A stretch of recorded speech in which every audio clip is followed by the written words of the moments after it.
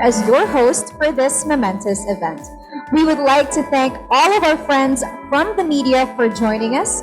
Today, indeed, is a very special event as we are joined not only by our media friends here in the Metro, but also from different regions in the Philippines and all over the world.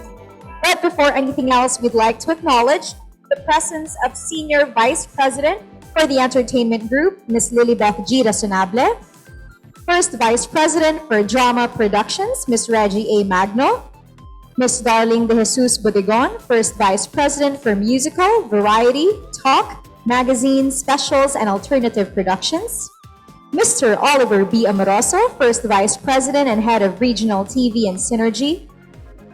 In our Zoom, we have Vice President for Corporate Affairs and Communications, Ms. Angel Javier Cruz. Senior Assistant Vice President for Drama Productions, Ms. Cheryl Ching C. Senior Assistant Vice President for Alternative Productions, Ms. Gigi Santiago Lara. Assistant Vice President for Talent Imaging and Marketing, Mr. Simon Ferrer. Consultant for Comedy, Infotainment, Game, and Reality Productions, Ms. Bang Arespacochaga. And we would also like to acknowledge the presence of Direct Dominic Zapata, the Director of The World Between Us.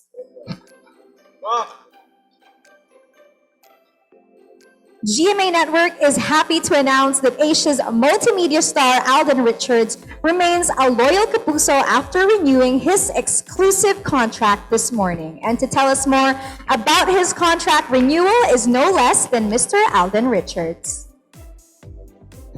And hello po, good afternoon na. Good afternoon po to our, of course, the members of the press po na nandyan sa Zoom natin, of course, to everyone who's here. And this is a momentous event for me today. And I thank all the people behind this to make this event successful. And I'm just so happy to renew my contract to be a kapuso for another year. Congratulations and thank you so much, Alden. We will now proceed with the question and answer portion. Our first question will come from Nikki Wang of Manila Standard. Hi, good afternoon, Alden. Nikki. Hi, good afternoon. Can you hear me okay? Hi, Nikki. Yes. Hi. First of all, Alden, congratulations. Another contract renewal with GMA. You know, you've been with GMA for more than a decade now. Parang relasyon, ang tagal-tagal mo na sa GMA, ang dami mo na pinagdaanan. So my question is, in one word, how do you describe your career in GMA and why? Limitless. Wow. Yes, limitless. Kasi, of course, GMA first trusted me. Of all the people, of all the networks, GMA gambled on me. Hindi sila sigurado pero they decided na bigyan natin ng risk yung Alden Richards. So parang ako naman, being a newbie during that time, parang sino ba naman ako to take that opportunity for granted? The only thing I can give in return is really to work hard, wholeheartedly, passionately, and parang it's the least I could do for the trust eh. Yun kasi siguro yung isa sa mga pinakamahirap makuha sa when it comes to relationships is trust because it's the basis of all relationships. So parang for you to be able to be given that kind of trust of one of the biggest networks in the Philippines. I mean, the biggest network in the Philippines. Parang yun na lang yung pwede kong maibigay na kapalit. And I said limitless because throughout the years I've been with GMA, yung mga gagawa kong trabaho under their wings and outside their wings is also limitless. And what I really appreciate about my bosses in GMA and all my in GMA Artist Center is really, they really gave me an opportunity to fly further with while doing projects outside the walls of the network. And hindi nila ako kumbaga nire-restrict. Dito ka lang. Walang ganun. Hindi po ako nare-restrict with the potential that I can give because I can give more. So, pinayagan po nila ako to do projects even outside. So, with those kinds of moments na nangyayari sa akin, at lalo talagang natatanim sa puso ko na tama yung decision ko to be with GMA and to stay with GMA siguro until the end of my career. Very well said. Now, talking about your bosses, full force sila today sa yung contract renewal. So, how do you feel about that? And how does it feel renewing your contract again with GMA? Yes, actually, nung when we were planning about this event and we were shooting the AVP, hindi ko in-expect na I will be so overwhelmed with the presence of the people that was here. Bihirang-bihira po. Pumunta yung mga bossing ko po even personally with these kinds of events, and of course we understood naman po na yung iba nating bosses are just on Zoom, pero of course safety first. And with all those messages I've heard today, parang kahit medyo hindi ako nakatulog sa excitement last night, made me feel full and whole na hearing these kinds of feedback and messages from these people that cared for me and I cared for in return, parang gives me the idea na I'm on the right track and so far I'm doing good with whatever I'm doing. And I think also one of the messages na sinasabi sa akin ng moment na to is really to keep going, keep doing what you're doing, and keep on improving yourself to be able to give more. Para hindi naman masayang yung efforts din ng mga tao na nandito kasama ko and the people behind. Well, you deserve the spotlight, Alden. Now, for my final question, you're a public figure in all sense of the word, and lahat ng mata laging nasa'yo. My question is it hard to be Alden Richards? I guess it's how you see it. It's not really what's in your face, but how you see it. Hindi naman yan yung parang, yun nga parang pagproblema. Ikaw naman na mag-iisip kung problema yan o hindi. So for me, parang being Alden Richards is an opportunity to be able to reach out to a lot of people, to inspire them, to give them hope every day because of, everything that's what's happening around us. And I'm very honored to be that kind of person who people see as a beacon of hope. Parang with the projects that I do, yun yung pwede kong magawa on my behalf. Being an actor in the entertainment industry is really to make people see quality projects, of course, under GMA na makakapag-realize sa kanila that their lives are getting better every day. Na hindi naman tayo nakukulong sa isang dark moment, but we have to see the beauty in it. Yung silver lining, sabi nga nila. Yung silver lining sa moment na yun. So I guess parang that's my job. That's my obligation being here. I think I'm being put in this position for a purpose. And there's always a higher purpose, and I see it as that. And hindi mahirap maging Alden Richards. Masaya maging Alden Richards. It's nice to hear. You know what, Alden, you've given me an answer better than what I had in mind. But again, congratulations. And with GMA, I think your career will just, soar higher and will become limitless. Thank you. Thank you. Thank you, Nikki. Next up, may we have Mr. Jerry Donato from the Philippine Star. Hi, Alden. Good afternoon. Yeah, it's afternoon already. Okay, lunchtime. Sorry. Yes po. Okay, wait there. Okay, so Alden, kasi definitely you've proven your mettle and your worth in acting, singing, hosting. Okay, so what else? Ano pa yung gusto mong idagdag dun sa mga ginagawa mo so far? I mean, what other things that you would like to foray into pa? Ano pa yung gusto mo pang gawin at idagdag? Ako, I'm really towards, ang gusto ko pang ma-add dun sa mga ginagawa ko is really to finish school. That's what I've been working on lately. I've been studying and collecting data kung magkaroon man ako ng free time, is to really finish school. And ang gusto ko kasing i-major is business economics. Because I really into that lately, like stock markets, cryptocurrency. Wow. You know, anything that involves yung ekonomiya ng isang bansa. It's very interesting to see.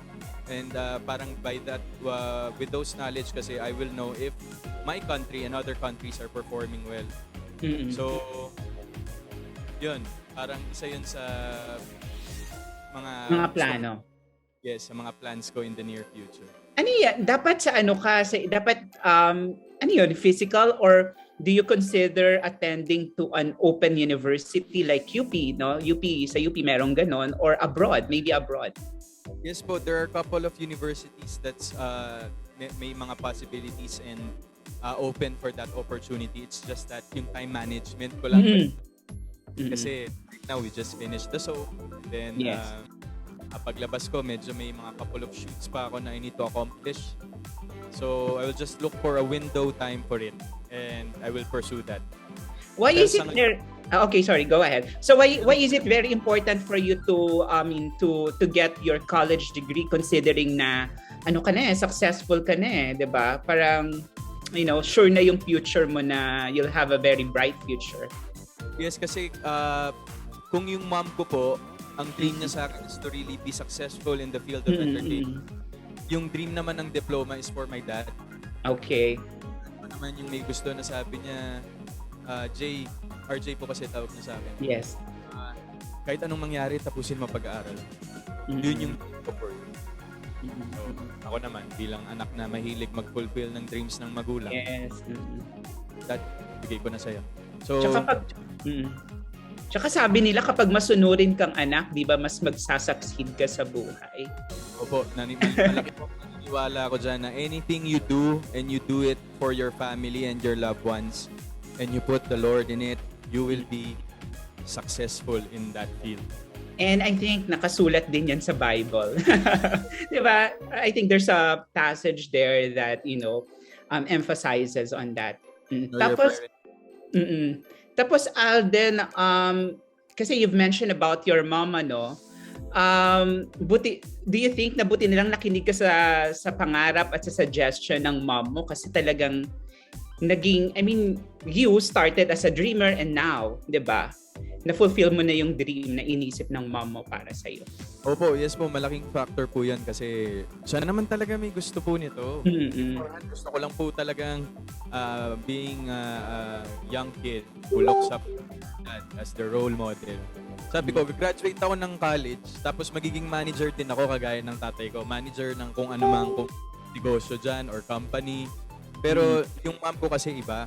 Kasi she's really a fan of, watching telenovelas. Nung may Marimar pa sa GMA, yung original. Sabi niya, gusto niya ako yung nakasakay sa kabayo, yung mga ganun. Araw. Tapos syempre, ako naman po, parang hindi ko naman kaya yun kasi syempre, ang mga nasa TV lang, yung may mga itsura, magaling umarte. And I didn't have that confidence yet when it started. And I really owe it to my mom kasi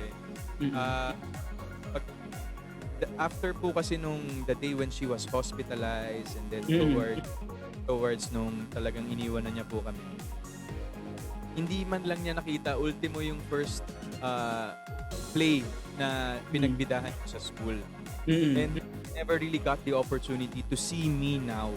But I think she's looking down on me, up in heaven, very proud and happy. And sa lahat ng decision ko po sa showbiz, I owe it to her.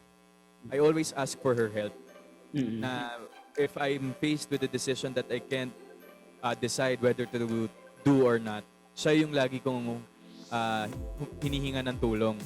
And so far, sa lahat po ng decision ko, bumingo naman. Yes. I'm really grateful to her. Okay. Thank you, Alden. Congratulations. Sir Jerry, salamat po.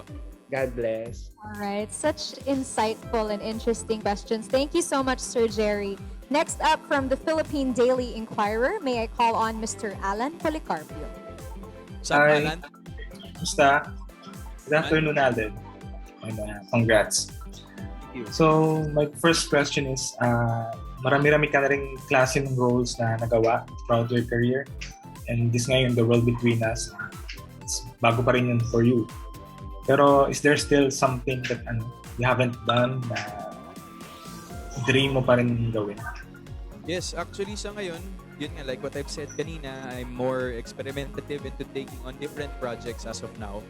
And siguro leaning towards creating projects like acting pieces where I can use it to para pwede natin siyang maipadala sa mga international award-giving bodies, and also to be able to experience something new then on me. Kasi parang for the past 10 years, syempre, lagi tayong good boy, laging very clean. So, ngayon medyo we're gonna go a bit edgy naman. I think that's one of my parang isa sa mga improvements na gagawin ko sa sarili ko is to really take on a bit of more edgy roles and to be more risky. Medyo mag-risk na tayo ng konti when it comes to taking on roles. So, para hindi naman tayo boring. Hindi naman tayo boring panoorin. Hindi naman tayo parang, ay, nakita ko na yan. Yung mga ganong moments sa mga manonood natin. So, I think now is the time since hindi na rin naman ako bumabata. I'm turning 30 in January po.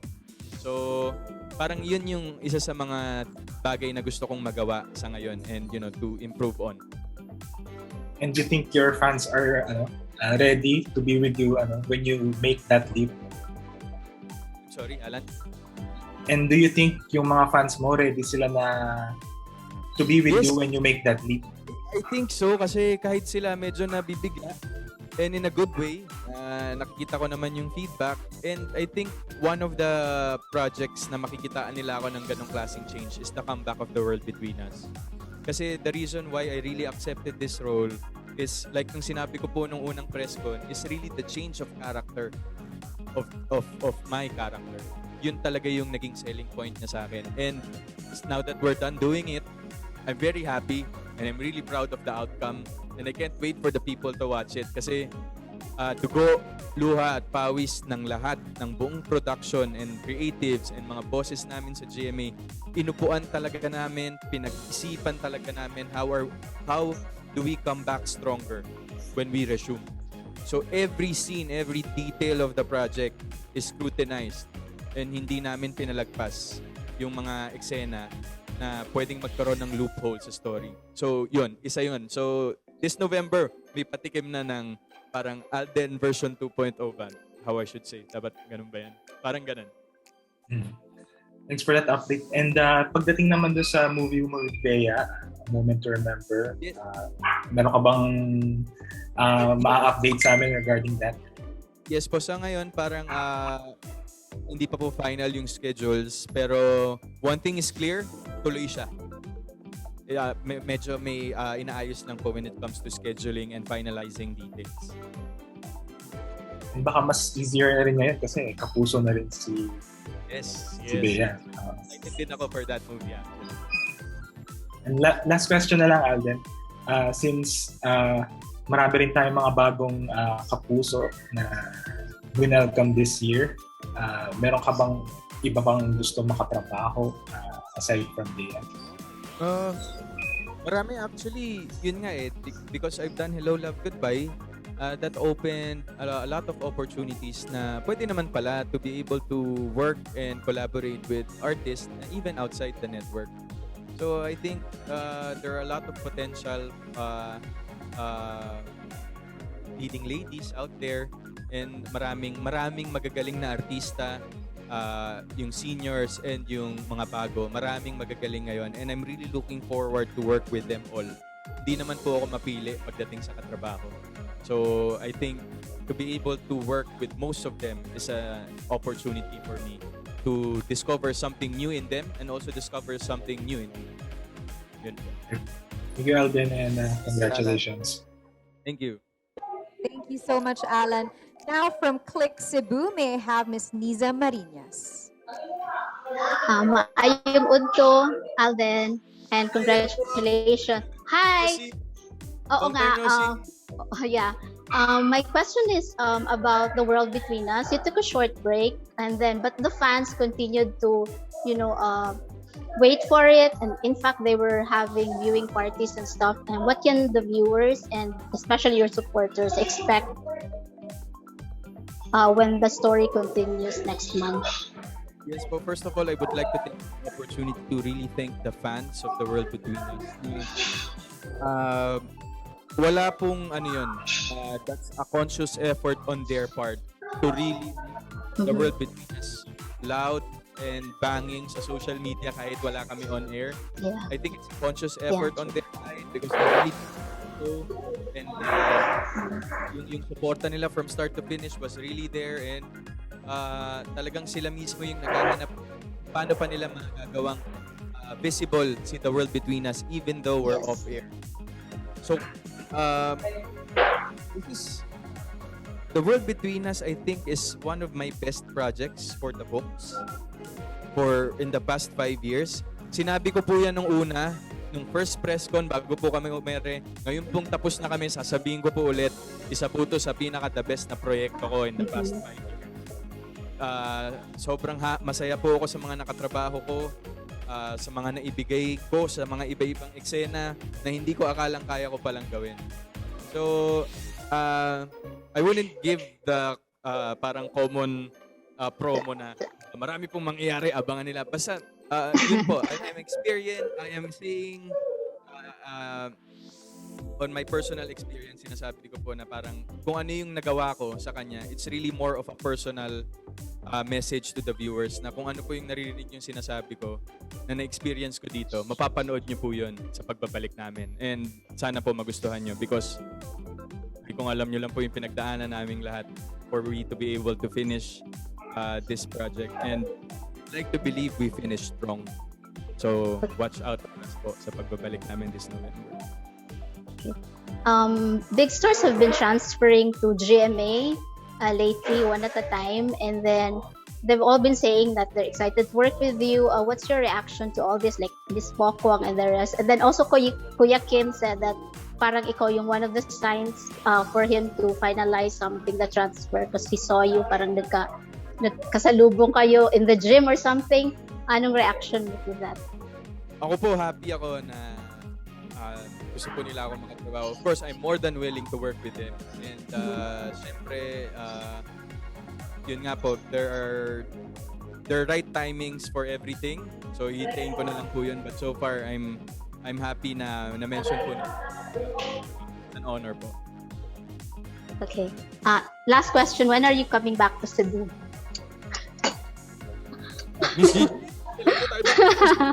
Wala na pong medyo maluwag na po yung protocol kasi actually in the past 2 years nga na that we're in the pandemic, yan po yung hindi ko nagawa is to really to fly out of National baby ka kasi, di ba? Opo, lipad na po kami. Okay. Congratulations again and maayong udto from Cebu. Thank you. Ms. Giselle. Salamat po. Thank you, Miss Niza. Now, on behalf of Neil B. of the Filipino Times, all the way from UAE, I'll be reading his question for you. So first up, ano sa tingin mo ang dapat abangan pa ng mga viewers sa panibagong yugto ni Alden Richards sa Kapuso Network? Napakarami po. Parang,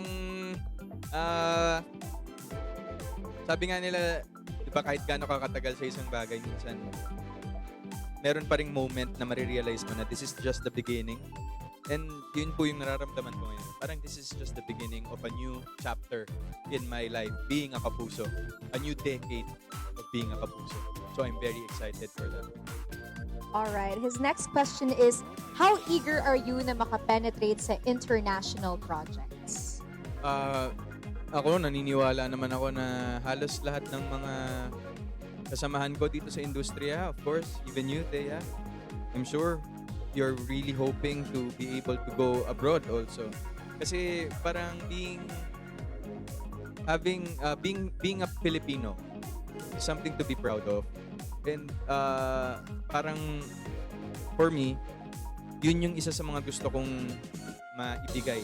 Yung being a Filipino, that we're proud of being craftsmen of our craft, masters of our craft. So para naman masabi natin na kaya din ng Pinoy the international scene. Yes, well, Godspeed on all of your plans. I'm Yes. sure that you'll be able to accomplish that soon enough. Next up, may I call on Mr. Romel Gonzalez from PEP.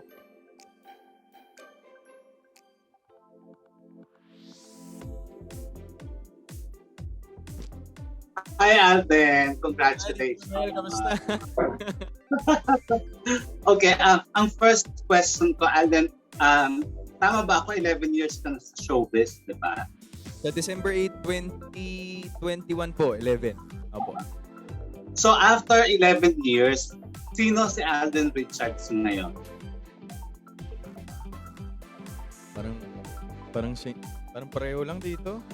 Siguro siguro po ano lang, better clothes lang ganyan. Tapos mas marami pong trabaho, ganun. Pero tsaka po mas payat daw. Pero sa tingin ko po naman yun naman po kagaya nung sinasabi po sa akin nung nagsisimula ako na wag kang magbago. I think that really stick to me. Kasi ang mga taong nagsasabi po sa akin noon is really the people who really cared for me genuinely. And nakinig po ako na hindi magbago. Magbago for improvement, magbago to be a better person, magbago to be a better actor, and magbago to be a better inspiration for a lot of people. Yun po siguro yung pagbabago na isa puso ko in my 11 years in the network. And Alden, ano ang maituturing mong biggest accomplishment mo sa buong buhay mo? Dami po pero siguro po ako po yung isa sa magpapatunay na loyalty really comes a long way. You just have to be patient and loyal sa mga taong naniniwala sa'yo. Kasi right timing lang yan. You just have to wait. Maybe hindi in the next 5 years, hindi in the next 8 years, but in time, there will come a time na ikaw naman, na oras mo naman. So yun po yung isa sa mapagmamalaki ko is really na yung pasensya po na naituro sa akin ng GMA Network. To be patient and hardworking. Yun po. And the relationships I built inside and outside the network is my greatest accomplishment in life. Mas mahalaga po sa akin more than anything is yung relationship po na naibibigay ko sa mga tao. Yung how they see me as a person, not as the guy on TV. Yun po for me. And my last question, Alden, maraming baguhan at maraming gustong pumasok sa showbiz na ikaw ang gustong gayahin, ikaw ang gustong sundan ng mga yapa. Ano ang advice na maibibigay mo sa mga baguhan na ito? In this cycle called life, in this battle called life, wala pong bagay na madali. Yan po ang kailangan nating isa puso at isa isip, lalo kapag nagsisimula pa lang tayo. Walang bagay na madali at lahat po ng bagay pinaghihirapan. So, kung wala pong hirap, hindi po natin malalasap ang tunay na tagumpay. Walang sense of accomplishment kung hindi ka nahirapan muna. Ako po, I'm really happy and I wouldn't trade my experiences when I was starting kasi that made me who I am today. As in, masasabi ko po talagang dinaanan ko yung mababa sa pinakamababa. Yung gapang sa talagang gapang. And that will make success more victorious for you. You will feel more parang accomplished when you experience that success kasi alam mong pinaghirapan mo eh. So yun lang po. Sa mga nagsisimula, patience, hard work, faith, and always have a good heart. That's number 1. Always have a good heart. Kasi yun po ang maiiwan sa tao. Hindi yung kasikatan mo, hindi yung galing mo. It's really having a good heart. Always have that. Yes, thank you and congratulations, Alden.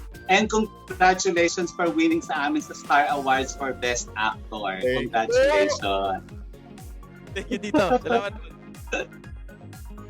Thank you. Lord, and having a good heart. Babaunin ko yan. But now, thank you so much, Mr. Romel. Now, from the People's Journal, may I call on Eugene Asks.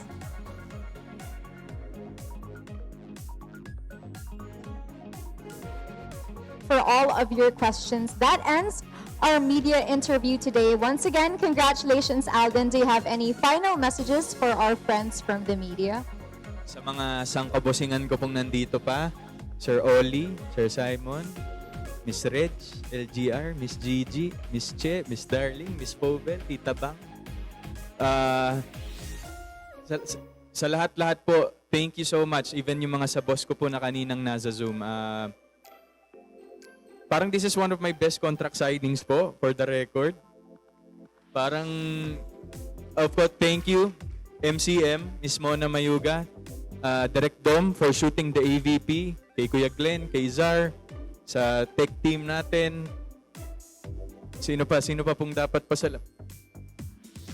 precision, of course. Ako, Sus Mariosep, mga bossing, maraming salamat sa napakahusay na LED nga naman dyan.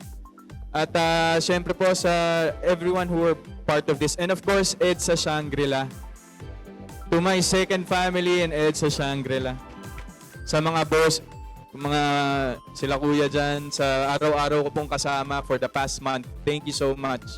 And masaya po yung huling memory ko with Ed sa Shang upon going out of the lock-in. And thank you for this opportunity, and I'm looking forward for the next. I'm so looking forward the future na po.